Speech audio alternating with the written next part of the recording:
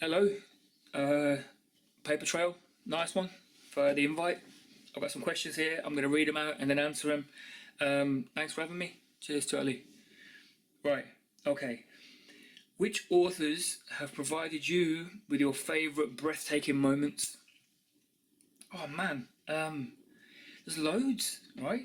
I mean, I guess there's different ways to have your breath taken away, right? I mean, I remember reading James Herbert's The Rats and Stephen King's Misery in the same summer when I was 13 on holiday. Yeah, and they took my breath away in the sense that I was terrified but gripped at the same time. So I couldn't really, and there were moments in them that really kind of got me. But I don't know. I think over time, what that means, what a breathtaking moment it has become, is probably less for me now about shock or twist or being scared or whatever. It's more just those moments when you're like, man, that was incredible. Um, I remember reading One Flew Over the Cuckoo's Nest when I was at university by Ken Kesey and thinking, man, like it finishing, and I just having just to sit there for like an afternoon or a little bit and go like, yeah, that really kind of got me. There's too many. Uh, Laurie Moore is a writer whose short stories I've been reading and rereading a lot lately, and quite regularly when I'm reading her work, I have to just stop at certain points and be like, mm, "That was perfect," or there was something that just sparked something, or just you just have to take a second. I guess that counts, right? Taking your breath away. It's just like it's more about those moments, and I guess yeah, it's amazing. I guess that's what inspires me to try and have a go myself, I guess, or try and hope that that happens. But yeah, does that count? Have I even said anyone? Okay, I've said a couple. That'll do. All right, all right. How important are names in your books? Do you just pick what sounds good, or is there a meaning behind them? Um, Good question. They all mean something to me. The way it works with me is the characters that I write are, if not directly based on, at least in skeleton form, at the beginnings of people that I know. They are based on versions of people I can imagine, or, for example, in my book Tape, Ryan's best friend Liam, they're 13, and Liam is based on what I imagine. There's a boy I went to primary school with, and then we split up, and I didn't see him after primary school, but he was always in my head. And Liam is based on what I imagine that boy would be like at 13, if that makes sense. A lot of character names that I use are references to old TV shows or songs or films, and it's one of those things what I like finding. So like if I take a name from a certain character from a certain song or TV show from back in the day, then there'll be some sort of character trait or some sort of similarity or something that they represent that is a kind of homage or nod to that person, which if people know the references and find them, then great. If not, hopefully they're just kind of cool names in themselves. But yeah, and then name meanings become important as well. I mean, names are important, right? I mean, even if it's just you think it's a cool name, that's still important. But your name shapes in part the people's perception of you, whether that be you're reading them or you're meeting them in the flesh. And I think that, so yeah, I think a lot about names. I was long-winded, sorry. All right, okay. What's next? As this is a spooktacular issue of Paper Trail, I was wondering if you were a fan of horror, whether it be by book or by screen, and if so, what are some of your favourites? Okay, happy Halloween, I guess. I don't know, am I a fan of horror? I mean, there are horror films and horror stories that I've read and I've watched that I liked. I don't know. I don't I don't actively seek it, I don't necessarily get excited when I see on the side of a bus Insidious 17 or whatever, but there are certain films that I've watched that have been. It's good to be scared, isn't it? I mean, I like the ones that are more tense and hinting at like impending scariness than the gory, slashy ones. They're kind of boring to me. Things that I liked. The Japanese ones were always good, right? I mean, the original Ring and that series, yeah, that messed me up. In fact, even the American remake of Ring got me when I watched it at the cinema. Probably because it brought back the memories, but it was like I remember running to my front door from the car after going to the cinema. What else? I guess old ones. Don't Look Now. Nightmare on Elm Street was the first proper horror that I saw that meant I couldn't sleep. Um, Again, in fact, at uni, for some reason, I remember watching Blair Witch Project on my own in an attic in an empty house for some stupid reason. Maybe I was like, yeah, I'm really going to get into it. That messed me up. Kept me going the whole way. Then the ending, I was just like, yeah, I remember I pushed the wardrobe in front of my bedroom door. I'll admit that. What else? Yeah, I guess I am. I guess I am. I haven't seen a horror film for a long time. I guess maybe I haven't been craving it, that kind of adrenaline. But yeah, right, okay. Growing up, where are we? Growing up back in your hometown in Birmingham, what was your favourite way to spend Halloween? To be honest, Halloween wasn't that big a deal. Where I'm in my house or where I'm from, we were never allowed to go trick or treating because my mum said that was like knocking on people's doors and just asking them for money, and that wasn't good. Which I remember wanting to. I remember I've got a vague memory of bobbing apples. You know, like put your face in the water. Is that Halloween or is that bonfire? I don't know whether that's bonfire night. Maybe that's toffee. Anyway, I did that once and was rubbish at it, but that was fun. Um, what we did used to do, which I'm not that proud of, but it's kind of fun. I mean, it was funny at the time. We used to egg the trick or treaters. It's like we used to go on the roof, and only the old ones, not the tiny ones, not the little guys. The like anyone who was like in secondary school age, we used to properly egg them, to shout trick, uh, which sounds kind of harsh now as I'm saying it back. But no one got hurt, just eggy. All right. Have you ever thought about writing anything other than contemporary? Maybe a poetic paranormal investigator would be up your street. Oh, that's an interesting one. I mean, is what I do contemporary then?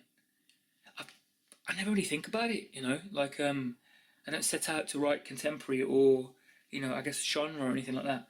I just start and I guess it happens what it is. I mean, hopefully my books feel real, and whether that's because they are set now with real people in, then, or whether it's just that they kind of you believe the people if there are elements of other things, kind of magic in it. I don't know.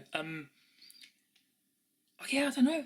I will just start. I mean, the idea I'm working on now, starting to work on now, is about a girl with a really, really active imagination, and there are elements of that which are kind of in her head, and that. So it's like that's contemporary, I guess, because it's set now. I don't really know, but a paranormal investigator.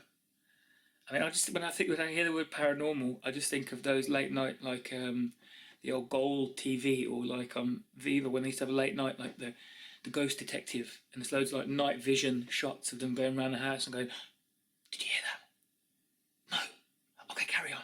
Do you know what I mean? So I don't know. Not yet. Not yet. No paranormal investigators yet. I don't think. Okay, next. Do you have any fears? Man, just drop a massive question in the middle of it. Do you have any fear? Of course I have fears, I guess. Probably less now than when I was younger. I mean, physical fears, I guess we're fortunate enough to not, I don't feel that genuinely like I'm in danger. I mean, deep water still scares me. I mean, the sea, the sea when you can't see, but there's like miles and miles of it. That's quite scary. I guess because of Jaws. But then sharks are beautiful. I don't know. Fears, I don't know. Impending nuclear war. Does that count? I don't know. It doesn't feel like it does, but it probably is a fear. I don't know. I've got to be honest. I don't really think about them, or try not to. I guess there are periods of time when things that I'm scared about are kind of like in the front of my brain, but less and less recently because I don't know. It seems like there's other stuff to concentrate on. Was that an answer? Sorry. Are you currently working on any new books? Can you give us any sneak peeks of what is to come? Oh, wicked! You want to sneak? I am working on a new book. Yeah, about a girl and a boy. Well, not really a boy, but okay. Anyway, can I give you sneak peeks? I don't know what that means. I mean, I can tell you that I'm on my second notebook, and that I'm at this stage now where I'm currently like writing bits, typing them out, printing them out, and sticking them in the book so I can pick them apart and whatever. That's the stage. That's the earliest stage for me. I'm on my second notebook. Sneak peeks. A girl who is 17, who I don't know what to say. I don't know what to say because I'm not sure yet. But it's a lot about her imagination and pressure from other people, and what you do when you're under pressure and what you kind of do in response. That sounds so vague and wishy-washy, but yeah, I mean, there's magic in it, hopefully. That wasn't a sneak peek at all, sorry. Her name might start with M, talking about names, but I can't tell you her name yet because I might change it, but it feels like her name starts with M. That was rubbish, wasn't it? Sorry.